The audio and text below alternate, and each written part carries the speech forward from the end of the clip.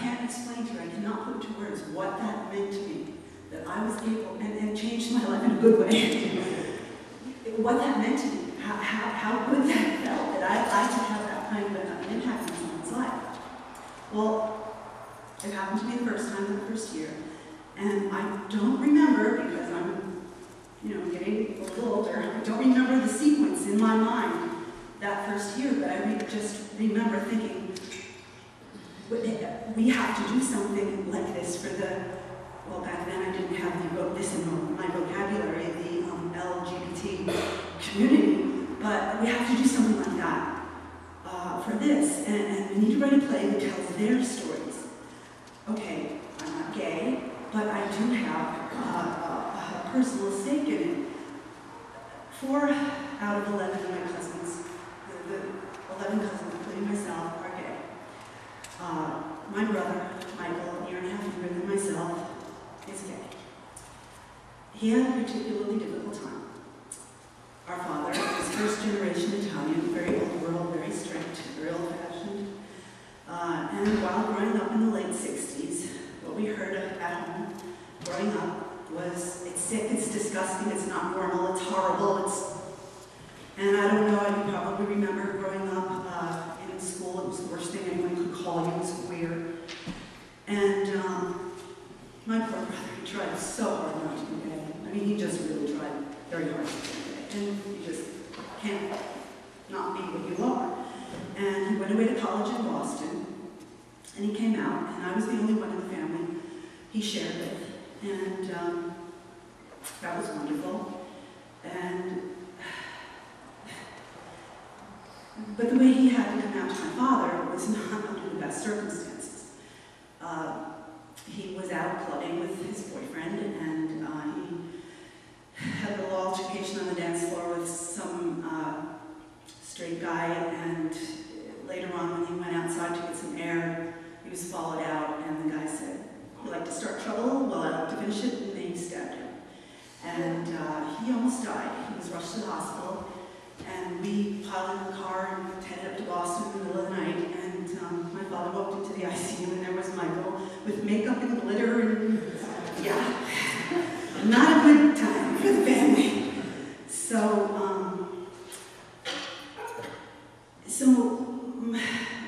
my father and my brother did not speak for years. They were estranged. My father didn't accept him. It was not good. And my brother became an alcoholic drug addict. He lived on the streets prostituting himself to support his drug habit. Okay, long story. He ultimately had a mostly happy ending. Against all odds, he was HIV negative. After many, many rehab attempts, he has been sober for about 7 or 8 years now, but he just finished a very long but successful interferon treatment for hepatitis C. He's struggling again now. For the first time in many years, he wants to drink again, but he is getting he lives in San Francisco. But after our mother passed away in 1994, my father and he have become very close, and my father's accepted him, and they are very, very close now. So fortunately it didn't. It's come to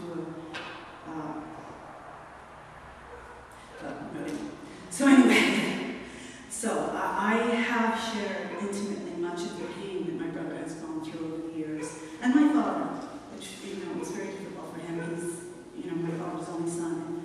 My father's grown a lot. So and I also have very dear friends who I've watched suffer a lot of injustice simply for who they love. And don't even get me started on injustice. It just, as I say, it gets my Italian up. It is my hope that this play will be able to perform even just at least a small part in helping to bring about a change. For me, this is about gay rights. This is about human rights.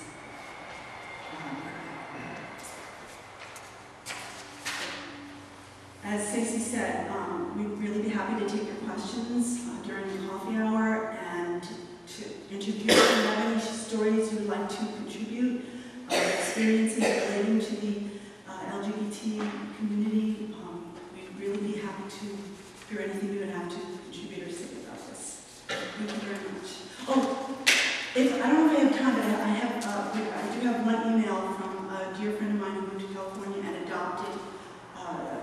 married her partner and adopted.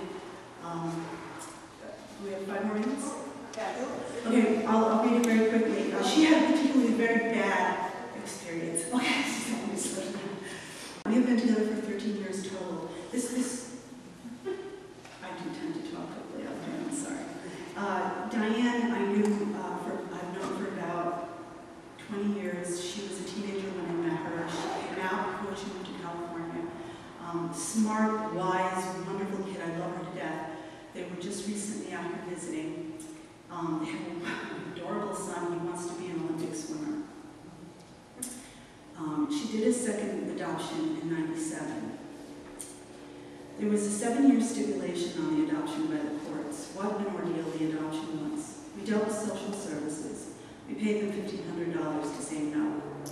Altogether, we paid $10,000 from the beginning. Sperm bank, lawyers, social services, FBI, SJPD, fingerprinting, San Jose Police Department fingerprinting. Our lawyer told us up front that we had to go through social services as a formality. Then there are the psychological interviews that are required from social services, and my lawyer wanted us to have additional interviews by her psychologist just to protect me from social services. The following were other requirements that social services said I had to do. Get fingerprinted, send the information to the FBI Child Abuse Index to see if I had a criminal record, physical checkup, AIDS testing, which my lawyer said violated my rights, so I did not get one, and the court threw out that in my favor. Interviewing family members and friends. Social services even sent out questionnaires and asked questions like, does Diane worship an occult? Does Diane do drugs or any other deviant behavior you're aware of? Can you believe that, Tommy? What a joke.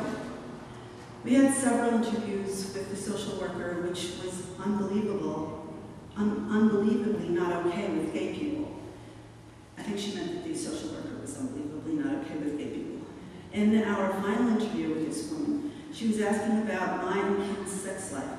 She asked how often we had sex, when did we have sex, etc. When we kept repeating that it was none of her business and that was personal and just between Kim and me, the social worker tried to turn the situation around and asked if I was ashamed of being gay. Did I have issues with being gay?